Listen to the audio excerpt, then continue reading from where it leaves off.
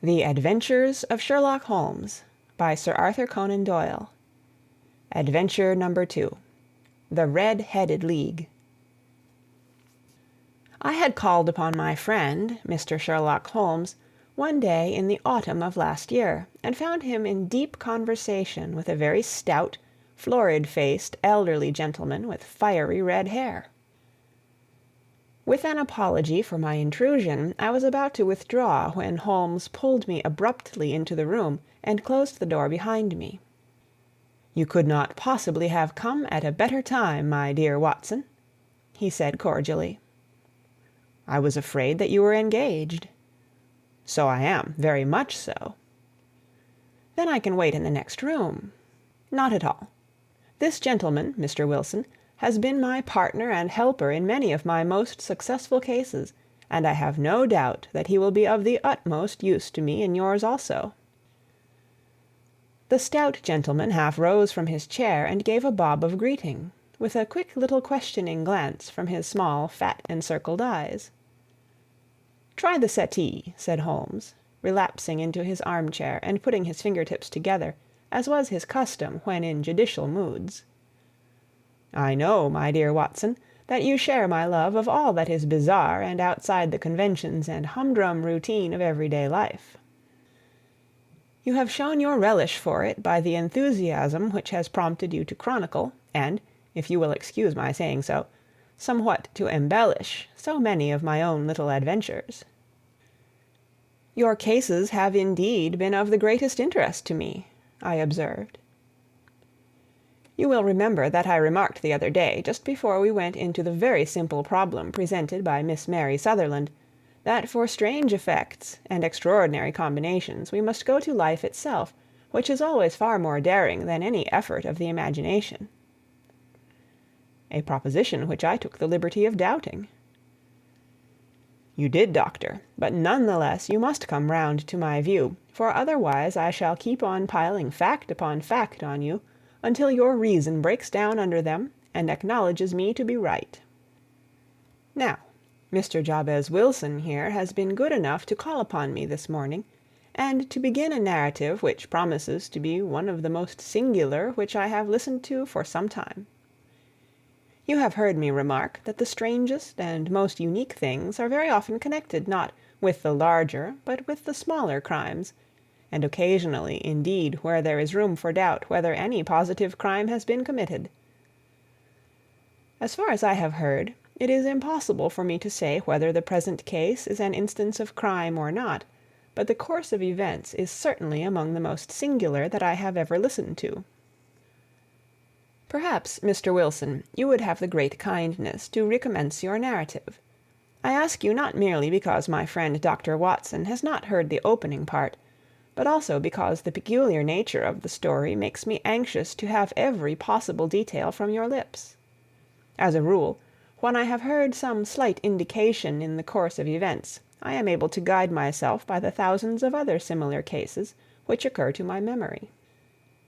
In the present instance, I am forced to admit that the facts are, to the best of my belief, unique.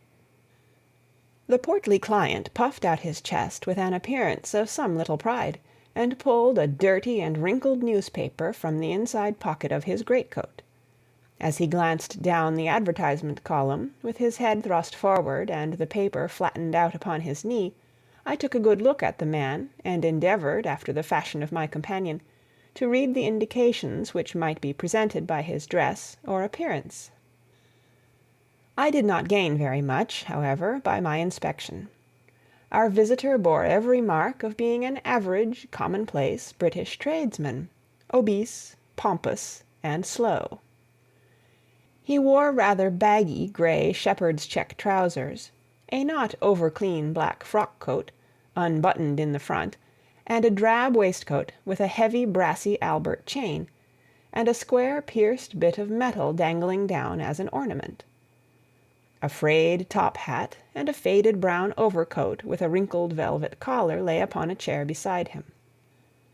Altogether, look as I would, there was nothing remarkable about the man save his blazing red head, and the expression of extreme chagrin and discontent upon his features.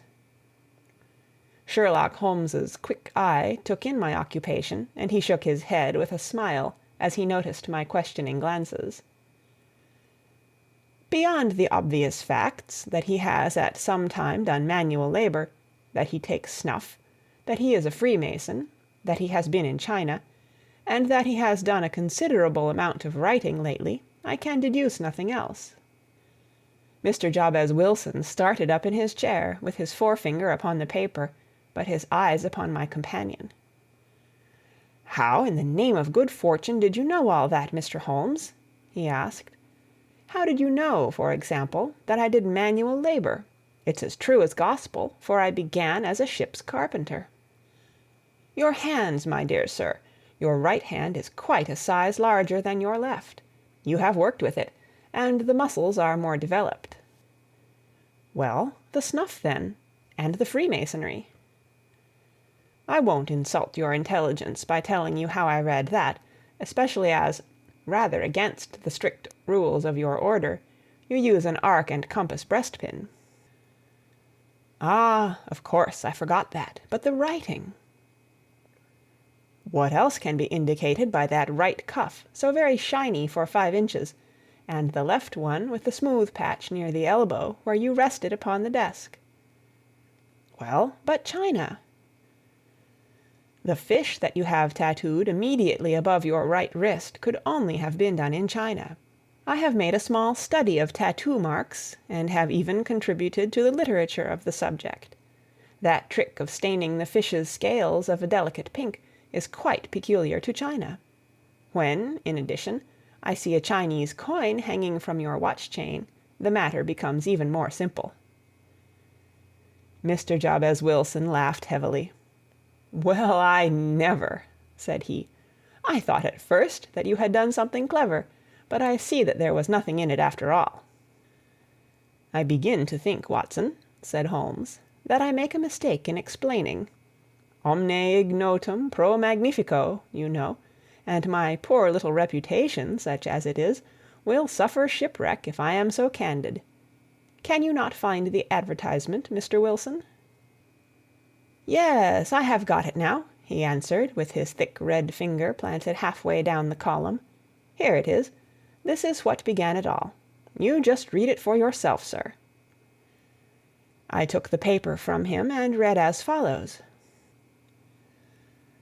"To the Red-Headed League.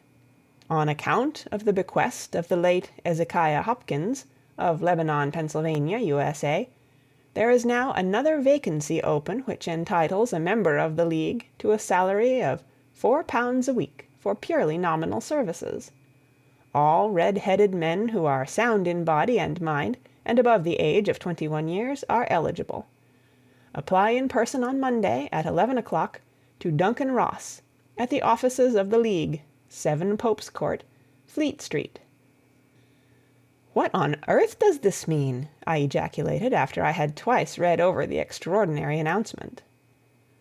Holmes chuckled and wriggled in his chair, as was his habit when in high spirits. "It is a little off the beaten track, isn't it?" said he. "And now, Mr. Wilson, off you go at scratch and tell us all about yourself, your household, and the effect which this advertisement had upon your fortunes. You will first make a note, Doctor, of the paper and the date." "It is the Morning Chronicle of April 27th, 1890, just 2 months ago." "Very good. Now, Mr. Wilson." "Well, it is just as I have been telling you, Mr. Sherlock Holmes," said Jabez Wilson, mopping his forehead. "I have a small pawnbroker's business at Coburg Square, near the city. It's not a very large affair, and of late years it has not done more than just give me a living. I used to be able to keep 2 assistants, but now I only keep 1, and I would have a job to pay him but that he is willing to come for half wages, so as to learn the business." "What is the name of this obliging youth?" asked Sherlock Holmes. "His name is Vincent Spaulding, and he's not such a youth either. It's hard to say his age. I should not wish a smarter assistant, Mr. Holmes, and I know very well that he could better himself and earn twice what I am able to give him. But, after all, If he is satisfied, why should I put ideas in his head?" "Why, indeed? You seem most fortunate in having an employee who comes under the full market price. It is not a common experience among employers in this age. I don't know that your assistant is not as remarkable as your advertisement." "Oh, he has his faults, too," said Mr. Wilson. "Never was such a fellow for photography, snapping away with a camera when he ought to be improving his mind, and then diving down into the cellar like a rabbit into its hole to develop his pictures. That is his main fault, but on the whole he's a good worker. There's no vice in him." "He is still with you, I presume?" "Yes, sir. He and a girl of 14 who does a bit of simple cooking and keeps the place clean. That's all I have in the house, for I am a widower and never had any family. We live very quietly, sir, the three of us, and we keep a roof over our heads and pay our debts, if we do nothing more." The first thing that put us out was that advertisement. Spaulding, he came down into the office just this day 8 weeks, with this very paper in his hand, and he says, "I wish to the Lord, Mr. Wilson, that I was a red-headed man." "Why's that?" I asks. "Why," says he, "here's another vacancy on the League of the Red-Headed Men. It's worth quite a little fortune to any man who gets it, and I understand that there are more vacancies than there are men, so that the trustees are at their wits' end what to do with the money. If my hair would only change color, here's a nice little crib all ready for me to step into." "Why, what is it then?" I asked. You see, Mr. Holmes, I am a very stay-at-home man, and as my business came to me instead of my having to go to it, I was often 3 weeks on end without putting my foot over the doormat.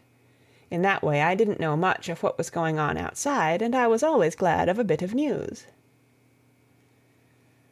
"Have you never heard of the League of the Red-Headed Men?" he asked, with his eyes open. "Never." "Why, I wonder at that, for you are eligible yourself for one of the vacancies." "And what are they worth?" I asked. "Oh, merely a couple of hundred a year, but the work is slight, and it need not interfere very much with one's other occupations." Well, you can easily think that that made me prick up my ears, for the business has not been over good for some years, and an extra couple of hundred would have been very handy. "Tell me all about it," said I. "Well," said he, showing me the advertisement, "you can see for yourself that the League has a vacancy, and there is the address where you should apply for particulars. As far as I can make out, the League was founded by an American millionaire, Ezekiah Hopkins, who was very peculiar in his ways. He was himself red-headed, and he had a great sympathy for all red-headed men, so when he died it was found that he had left his enormous fortune in the hands of trustees, with instructions to apply the interest to the providing of easy berths to men whose hair is of that color.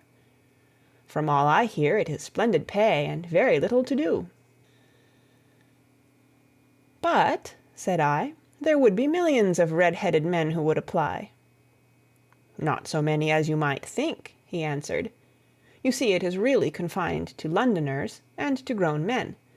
This American had started from London when he was young, and he wanted to do the old town a good turn. Then again, I have heard it is no use your applying if your hair is light red, or dark red, or anything but real bright, blazing, fiery red. Now, if you cared to apply, Mr. Wilson, you would just walk in, but perhaps it would hardly be worth your while to put yourself out of the way for the sake of a few £100. Now, it is a fact, gentlemen, as you may see for yourselves, that my hair is of a very full and rich tint, so that it seemed to me that if there was to be any competition in the matter, I stood as good a chance as any man that I had ever met. Vincent Spaulding seemed to know so much about it that I thought he might prove useful, so I just ordered him to put up the shutters for the day, and to come right away with me. He was very willing to have a holiday, so we shut the business up and started off for the address that was given us in the advertisement. I never hope to see such a sight as that again, Mr. Holmes. From north, south, east, and west, every man who had a shade of red in his hair had tramped into the city to answer the advertisement.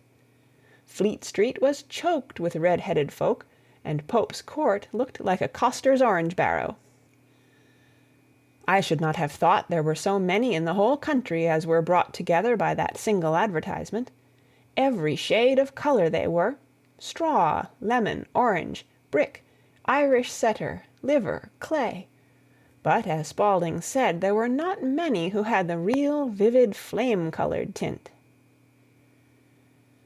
When I saw how many were waiting, I would have given it up in despair, but Spaulding would not hear of it.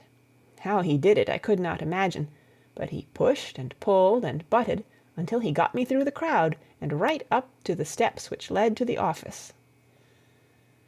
There was a double stream upon the stair, some going up in hope and some coming back dejected, but we wedged in as well as we could, and soon found ourselves in the office. "Your experience has been a most entertaining one," remarked Holmes, as his client paused and refreshed his memory with a huge pinch of snuff. "Pray continue your very interesting statement."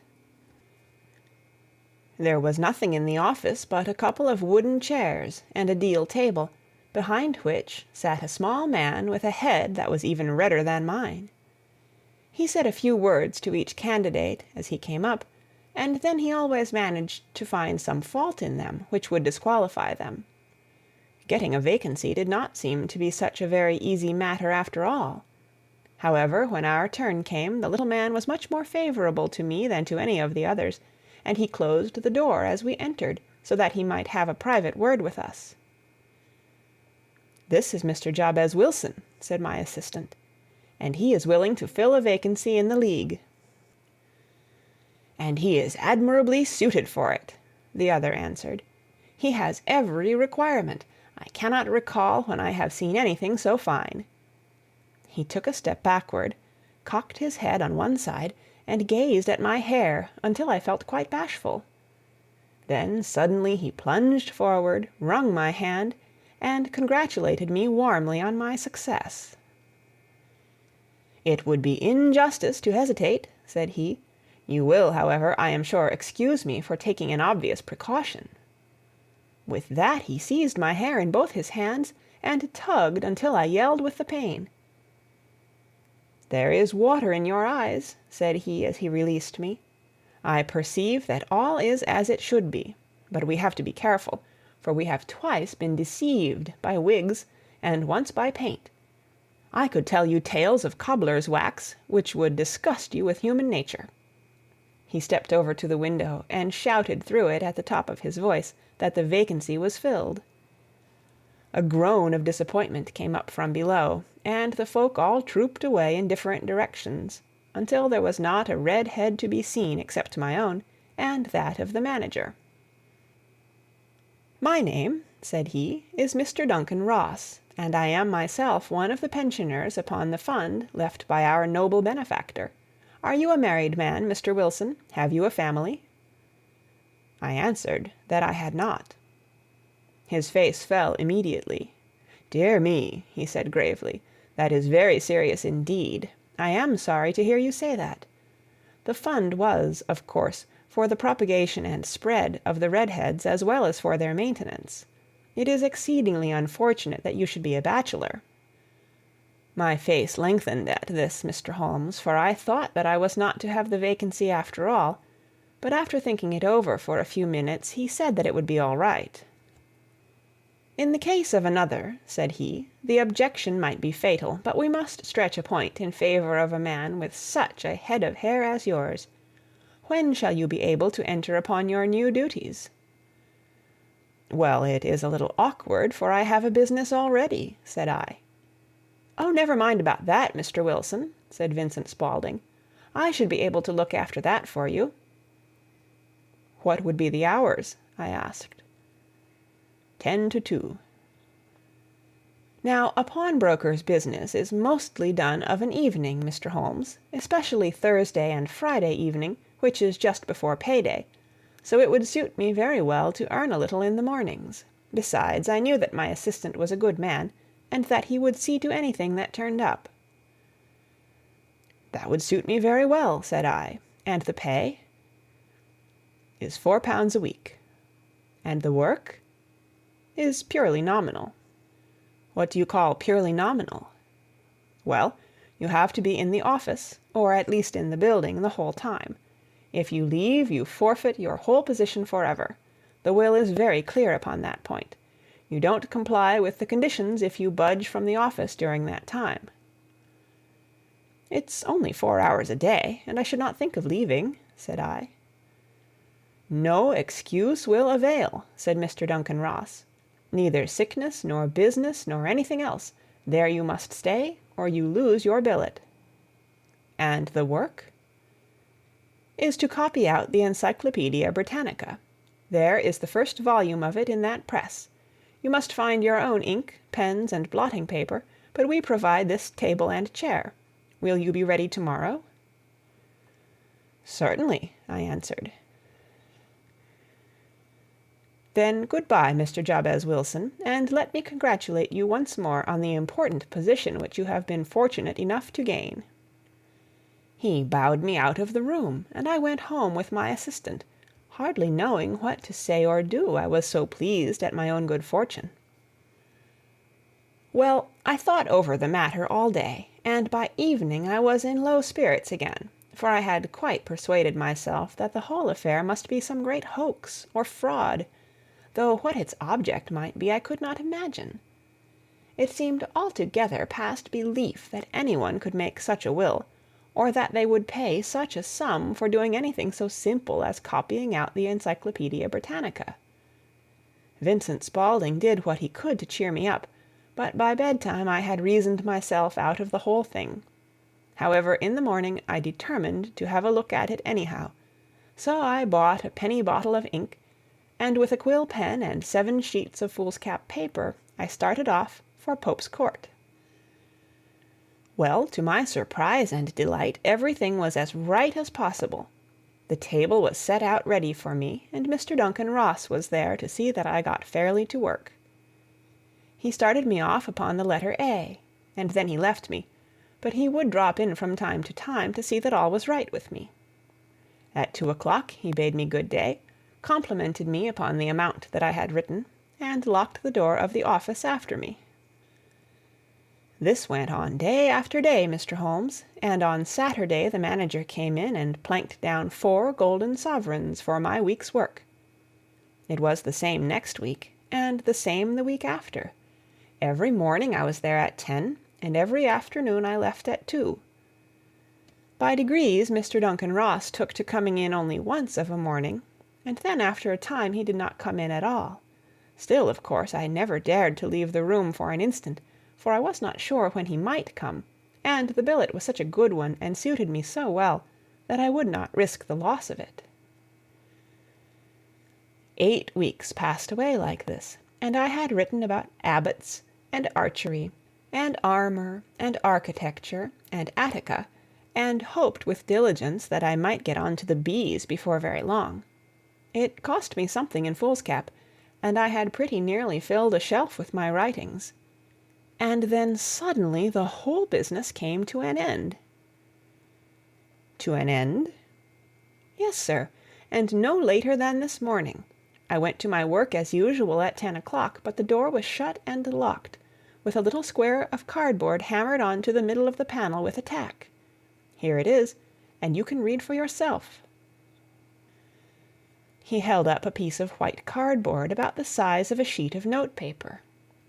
It read in this fashion: "The Red-Headed League is dissolved. October 9, 1890.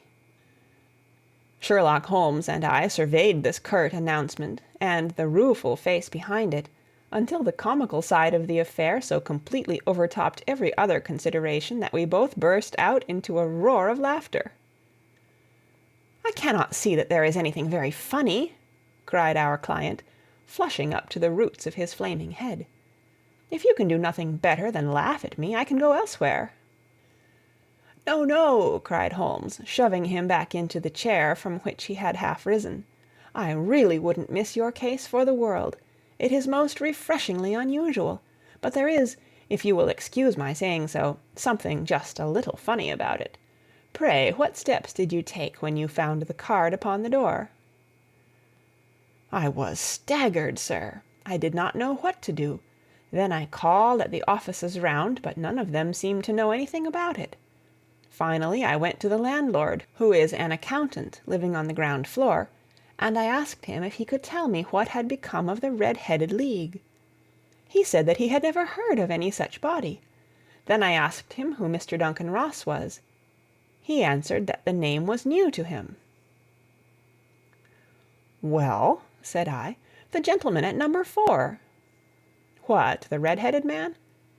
"Yes."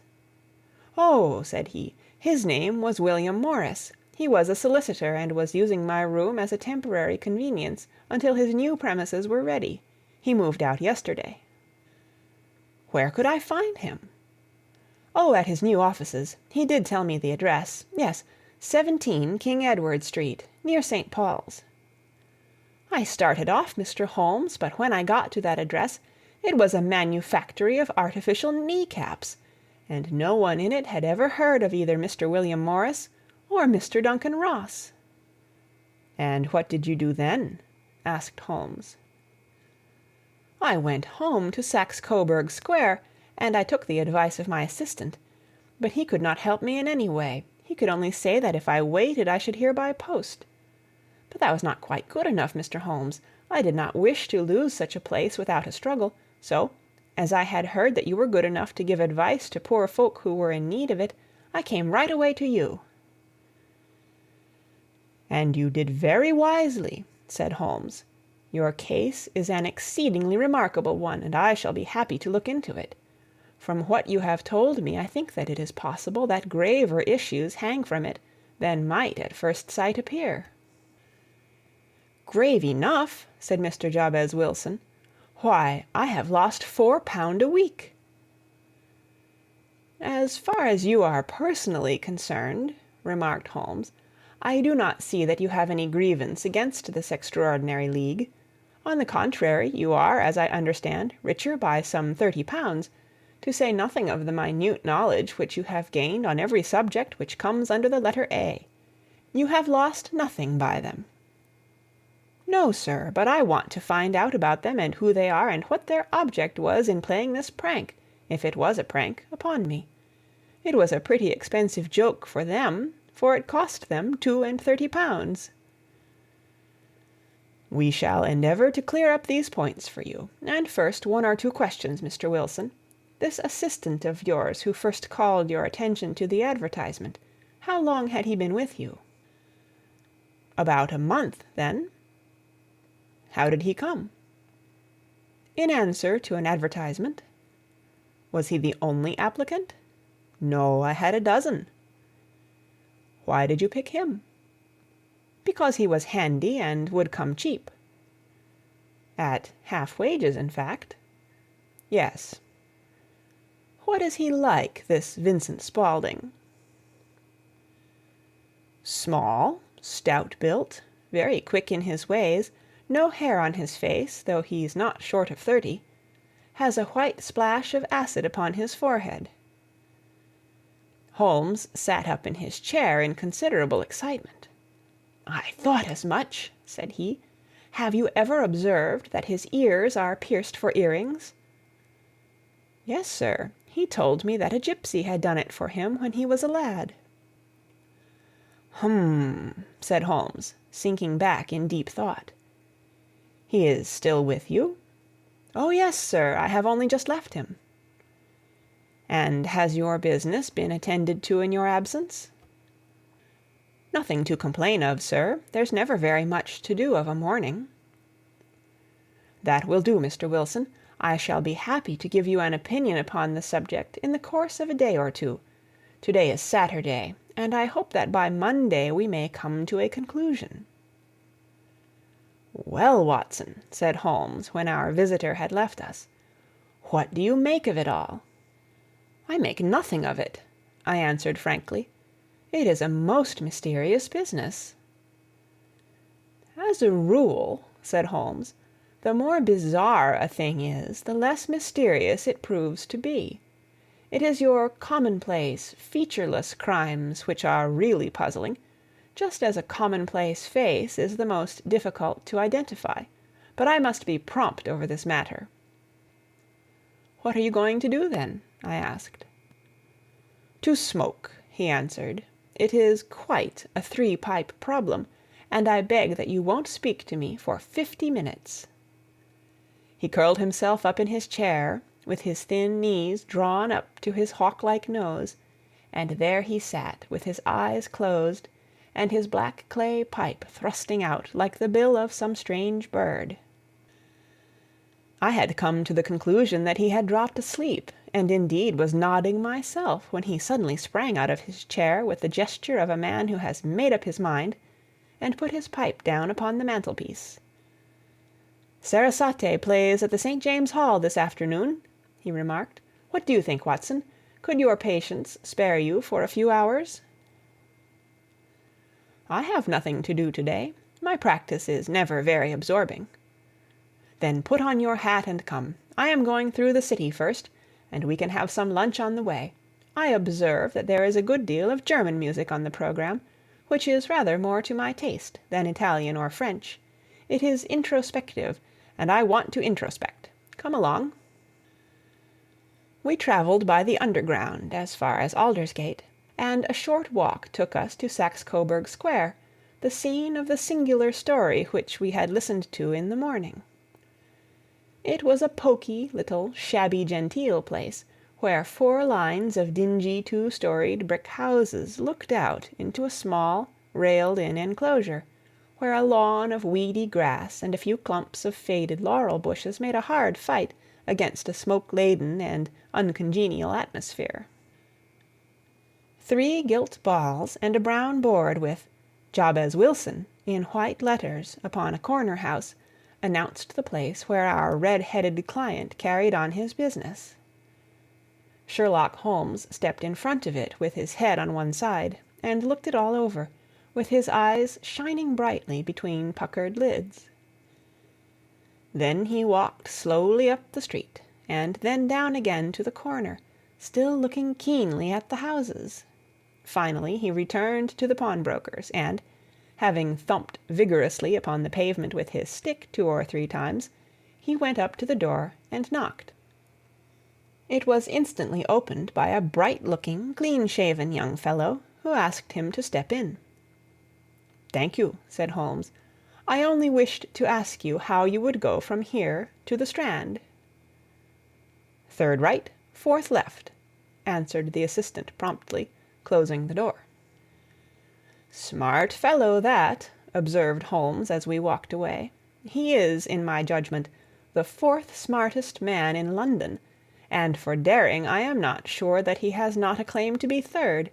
I have known something of him before."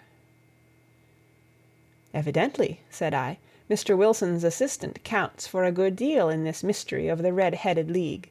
I am sure that you inquired your way merely in order that you might see him." "Not him." "What then?" "The knees of his trousers." "And what did you see?" "What I expected to see." "Why did you beat the pavement?" "My dear doctor, this is a time for observation, not for talk. We are spies in an enemy's country. We know something of Saxe-Coburg Square. Let us now explore the parts which lie behind it." The road in which we found ourselves as we turned round the corner from the retired Saxe-Coburg Square presented as great a contrast to it as the front of a picture does to the back. It was one of the main arteries which conveyed the traffic of the city to the north and west. The roadway was blocked with the immense stream of commerce flowing in a double tide inward and outward, while the footpaths were black with the hurrying swarm of pedestrians.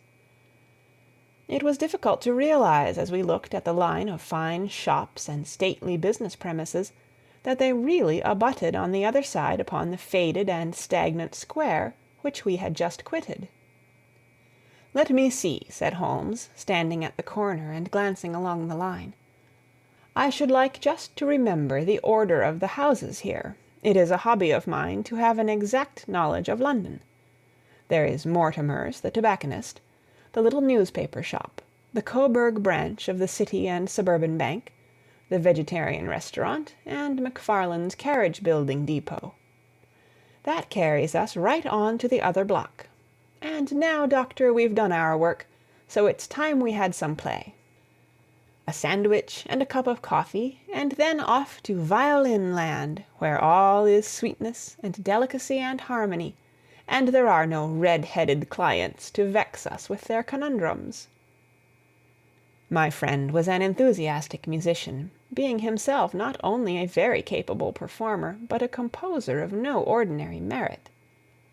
All the afternoon he sat in the stalls, wrapped in the most perfect happiness, gently waving his long, thin fingers in time to the music, while his gently smiling face and his languid, dreamy eyes were as unlike those of Holmes the sleuth-hound, Holmes the relentless, keen-witted, ready-handed criminal agent, as it was possible to conceive.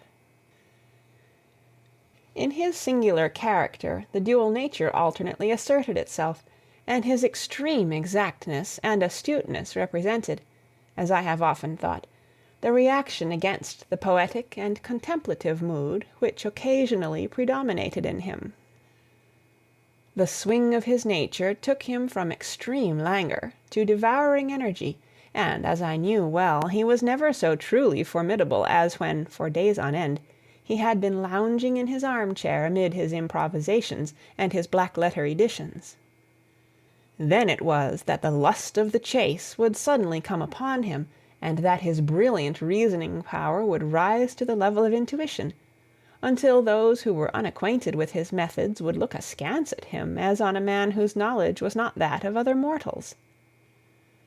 When I saw him that afternoon so enwrapped in the music at St. James's Hall, I felt that an evil time might be coming upon those whom he had set himself to hunt down. "You want to go home, no doubt, Doctor," he remarked as we emerged. "Yes, it would be as well." "And I have some business to do which will take some hours. This business at Coburg Square is serious." "Why serious?" "A considerable crime is in contemplation. I have every reason to believe that we shall be in time to stop it. But today being Saturday rather complicates matters. I shall want your help tonight." "At what time?" 10 will be early enough." "I shall be at Baker Street at 10." "Very well. And I say, Doctor, there may be some little danger, so kindly put your army revolver in your pocket." He waved his hand, turned on his heel, and disappeared in an instant among the crowd. I trust that I am not more dense than my neighbors, but I was always oppressed with a sense of my own stupidity in my dealings with Sherlock Holmes. Here I had heard what he had heard, I had seen what he had seen, and yet from his words it was evident that he saw clearly not only what had happened, but what was about to happen, while to me the whole business was still confused and grotesque. As I drove home to my house in Kensington, I thought over it all, from the extraordinary story of the red-headed copier of the Encyclopedia, down to the visit at Saxe-Coburg Square, and the ominous words with which he had parted from me. What was this nocturnal expedition, and why should I go armed? Where were we going, and what were we to do? I had the hint from Holmes that this smooth-faced pawnbroker's assistant was a formidable man, a man who might play a deep game. I tried to puzzle it out, but gave up in despair, and set the matter aside until night should bring an explanation. It was 9:15 when I started from home and made my way across the park, and so through Oxford Street to Baker Street. 2 hansoms were standing at the door, and as I entered the passage I heard the sound of voices from above. On entering his room, I found Holmes in animated conversation with 2 men, one of whom I recognized as Peter Jones, the official police agent, while the other was a long, thin, sad-faced man, with a very shiny hat, and an oppressively respectable frock-coat. "Ha! Our party is complete," said Holmes, buttoning up his pea-jacket, and taking his heavy hunting crop from the rack. "Watson, I think you know Mr. Jones of Scotland Yard.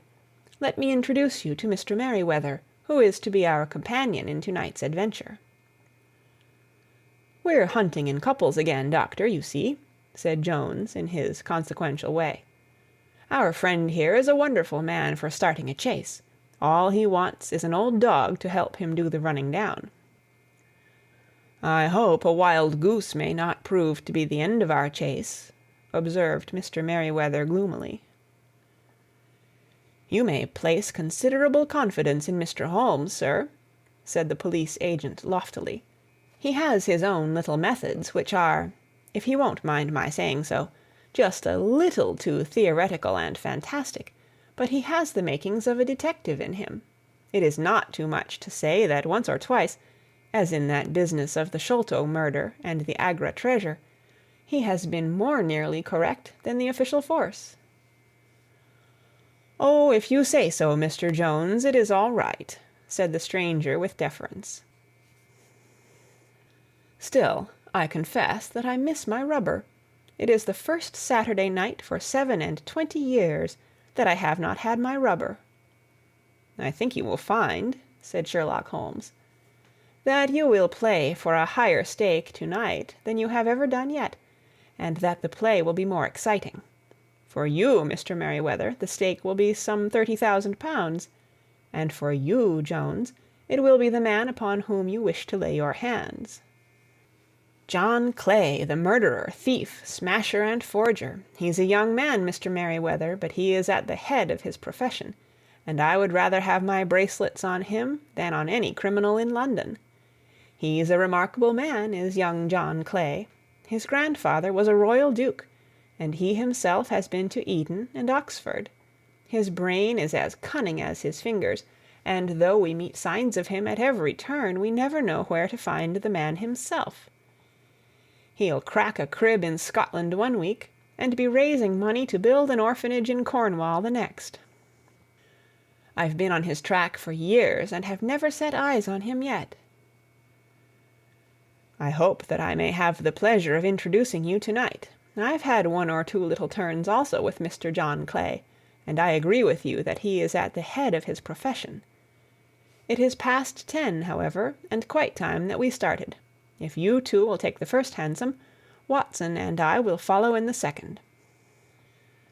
Sherlock Holmes was not very communicative during the long drive, and lay back in the cab humming the tunes which he had heard in the afternoon. We rattled through an endless labyrinth of gas-lit streets until we emerged into Farrington Street. "We are close there now," my friend remarked. "This fellow Merryweather is a bank director, and personally interested in the matter. I thought it as well to have Jones with us also. He is not a bad fellow, though an absolute imbecile in his profession. He has one positive virtue. He is as brave as a bulldog, and as tenacious as a lobster if he gets his claws upon anyone. Here we are, and they are waiting for us." We had reached the same crowded thoroughfare in which we had found ourselves in the morning. Our cabs were dismissed, and, following the guidance of Mr. Merryweather, we passed down a narrow passage and through a side door, which he opened for us. Within there was a small corridor, which ended in a very massive iron grate. This also was opened, and led down a flight of winding stone steps, which terminated at another formidable gate. Mr. Merryweather stopped to light a lantern, and then conducted us down a dark, earth-smelling passage, and so, after opening a third door, into a huge vault or cellar, which was piled all round with crates and massive boxes. "You are not very vulnerable from above," Holmes remarked as he held up the lantern and gazed about him. "Nor from below," said Mr. Merryweather, striking his stick upon the flags which lined the floor. "Why, dear me, it sounds quite hollow," he remarked, looking up in surprise. "I must really ask you to be a little more quiet," said Holmes severely. "You have already imperiled the whole success of our expedition. might I beg that you would have the goodness to sit down upon one of those boxes, and not to interfere?" The solemn Mr. Merryweather perched himself upon a crate, with a very injured expression upon his face, while Holmes fell upon his knees upon the floor, and, with the lantern and a magnifying lens, began to examine minutely the cracks between the stones. A few seconds sufficed to satisfy him, for he sprang to his feet again and put his glass in his pocket. "We have at least an hour before us," he remarked, "for they can hardly take any steps until the good pawnbroker is safely in bed. Then they will not lose a minute, for the sooner they do their work the longer time they will have for their escape. We are at present, Doctor, as no doubt you have divined, in the cellar of the City branch of one of the principal London banks. Mr. Merryweather is the chairman of directors, and he will explain to you that there are reasons why the more daring criminals of London should take a considerable interest in this cellar at present." "It is our French gold," whispered the director. "We have had several warnings that an attempt might be made upon it." "Your French gold?" "Yes. We had occasion some months ago to strengthen our resources, and borrowed for that purpose 30,000 napoleons from the Bank of France. It has become known that we have never had an occasion to unpack the money, and that it is still lying in our cellar. The crate upon which I sit contains 2,000 napoleons packed between layers of lead foil. Our reserve of bullion is much larger at present than is usually kept in a single branch office, and the directors have had misgivings upon the subject." "Which were very well justified," observed Holmes. "And now it is time that we arranged our little plans. I expect that within an hour matters will come to a head. In the meantime, Mr. Merryweather, we must put the screen over that dark lantern." "And sit in the dark?" "I am afraid so. I had brought a pack of cards in my pocket, and I thought that, as we were a partie carrée, you might have your rubber after all. But I see that the enemy's preparations have gone so far that we cannot risk the presence of a light. And first of all we must choose our positions. These are daring men, and though we shall take them at a disadvantage, they may do us some harm unless we are careful. I shall stand behind this crate, and do you conceal yourselves behind those. Then, when I flash a light upon them, close in swiftly. If they fire, Watson, have no compunction about shooting them down." I placed my revolver, cocked, upon the top of the wooden case behind which I crouched. Holmes shot the slide across the front of his lantern, and left us in pitch darkness. Such an absolute darkness as I have never before experienced. The smell of hot metal remained to assure us that the light was still there, ready to flash out at a moment's notice.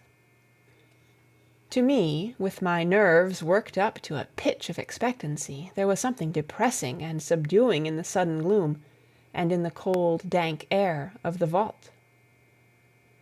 "They have but one retreat," whispered Holmes. "That is back through the house into Saxe-Coburg Square. I hope that you have done what I asked you, Jones." "I have an inspector and 2 officers waiting at the front door." "Then we have stopped all the holes, and now we must be silent and wait." What a time it seemed! From comparing notes afterwards, it was but an hour and a quarter, yet it appeared to me that the night must have almost gone, and the dawn be breaking above us. My limbs were weary and stiff, for I feared to change my position, yet my nerves were worked up to the highest pitch of tension, and my hearing was so acute that I could not only hear the gentle breathing of my companions, but I could distinguish the deeper, heavier in-breath of the bulky Jones from the thin, sighing note of the bank director. From my position I could look over the case in the direction of the floor. Suddenly my eyes caught the glint of a light. At first it was but a lurid spark upon the stone pavement. Then it lengthened out until it became a yellow line, and then, without any warning or sound, a gash seemed to open, and a hand appeared, a white, almost womanly hand, which felt about in the center of the little area of light. For a minute or more the hand, with its writhing fingers, protruded out of the floor. Then it was withdrawn as suddenly as it appeared, and all was dark again save the single lurid spark which marked a chink between the stones.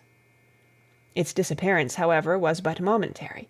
With a rending, tearing sound, one of the broad white stones turned over upon its side, and left a square gaping hole, through which streamed the light of a lantern. Over the edge there peeped a clean-cut, boyish face, which looked keenly about it, and then, with a hand on either side of the aperture, drew itself shoulder-high and waist-high, until one knee rested upon the edge. In another instant he stood at the side of the hole and was hauling after him a companion, lithe and small like himself, with a pale face and a shock of very red hair. "It's all clear," he whispered. "Have you the chisel and the bags?" "Great Scott! Jump, Archie, jump, and I'll swing for it." Sherlock Holmes had sprung out and seized the intruder by the collar. The other dived down the hole, and I heard the sound of rending cloth as Jones clutched at his skirts. The light flashed upon the barrel of a revolver, but Holmes's hunting crop came down on the man's wrist, and the pistol clinked upon the stone floor. "It's no use, John Clay," said Holmes blandly. "You have no chance at all." "So I see," the other answered, with the utmost coolness. "I fancy that my pal is all right, though I see you have got his coat-tails." "There are 3 men waiting for him at the door," said Holmes. "Oh, indeed! You seem to have done the thing very completely. I must compliment you." "And I you," Holmes answered. "Your red-headed idea was very new and effective." "You'll see your pal again presently," said Jones. "He's quicker at climbing down holes than I am. Just hold out while I fix the derbies." "I beg that you will not touch me with your filthy hands," remarked our prisoner as the handcuffs clattered upon his wrists. "You may not be aware that I have royal blood in my veins. Have the goodness also, when you address me, always to say 'sir' and 'please.'" "All right," said Jones, with a stare and a snigger. "Well, would you please, sir, march upstairs, where we can get a cab to carry your highness to the police station?"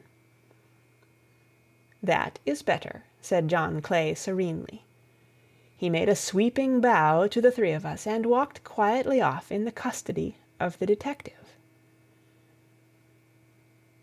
"Really, Mr. Holmes," said Mr. Merryweather, as we followed them from the cellar, "I do not know how the bank can thank you or repay you. There is no doubt that you have detected and defeated, in the most complete manner, one of the most determined attempts at bank robbery that have ever come within my experience." "I have had 1 or 2 little scores of my own to settle with Mr. John Clay," said Holmes. "I have been at some small expense over this matter, which I shall expect the bank to refund, but beyond that I am amply repaid by having had an experience which is in many ways unique, and by hearing the very remarkable narrative of the Red-Headed League. You see, Watson," he explained in the early hours of the morning as we sat over a glass of whiskey and soda in Baker Street, "it was perfectly obvious from the first that the only possible object of this rather fantastic business for the advertisement of the League, and the copying of the encyclopedia, must be to get this not over-bright pawnbroker out of the way for a number of hours every day. It was a curious way of managing it, but really it would be difficult to suggest a better. The method was no doubt suggested to Clay's ingenious mind by the color of his accomplice's hair. The £4 a week was a lure which must draw him, and what was it to them who were playing for thousands? They put in the advertisement, one rogue has the temporary office, the other rogue incites the man to apply for it, and together they manage to secure his absence every morning in the week. From the time that I heard of the assistant having come for half wages, it was obvious to me that he had some strong motive for securing the situation. But how could you guess what the motive was? Had there been a woman in the house, I should have suspected a mere vulgar intrigue. That, however, was out of the question. The man's business was a small one, and there was nothing in his house which could account for such elaborate preparations and such an expenditure as they were at. It must, then, be something out of the house. What could it be? I thought of the assistant's fondness for photography, and his trick of vanishing into the cellar. The cellar! There was the end of this tangled clue. Then I made inquiries as to this mysterious assistant, and found that I had to deal with one of the coolest and most daring criminals in London. He was doing something in the cellar, something which took many hours a day for months on end. What could it be, once more? I could think of nothing save that he was running a tunnel to some other building. So far I had got when we went to visit the scene of action. I surprised you by beating upon the pavement with my stick. I was ascertaining whether the cellar stretched out in front or behind. It was not in front. Then I rang the bell, and as I hoped, the assistant answered it. We have had some skirmishes, but we had never set eyes upon each other before. I hardly looked at his face. His knees were what I wished to see. You must yourself have remarked how worn, wrinkled, and stained they were. They spoke of those hours of burrowing. The only remaining point was what they were burrowing for. I walked round the corner, saw the City and Suburban Bank abutted on our friend's premises, and felt that I had solved my problem. When you drove home after the concert, I called upon Scotland Yard and upon the chairman of the bank directors, with the result that you have seen. And how could you tell that they would make their attempt to-night? I asked. Well, when they closed their League offices, that was a sign that they cared no longer about Mr. Jabez Wilson's presence. In other words, that they had completed their tunnel.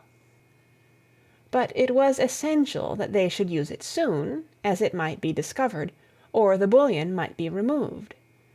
Saturday would suit them better than any other day, as it would give them 2 days for their escape. For all these reasons I expected them to come to-night. You reasoned it out beautifully, I exclaimed in unfeigned admiration.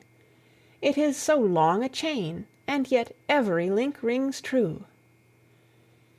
It saved me from ennui, he answered, yawning. Alas, I already feel it closing in upon me.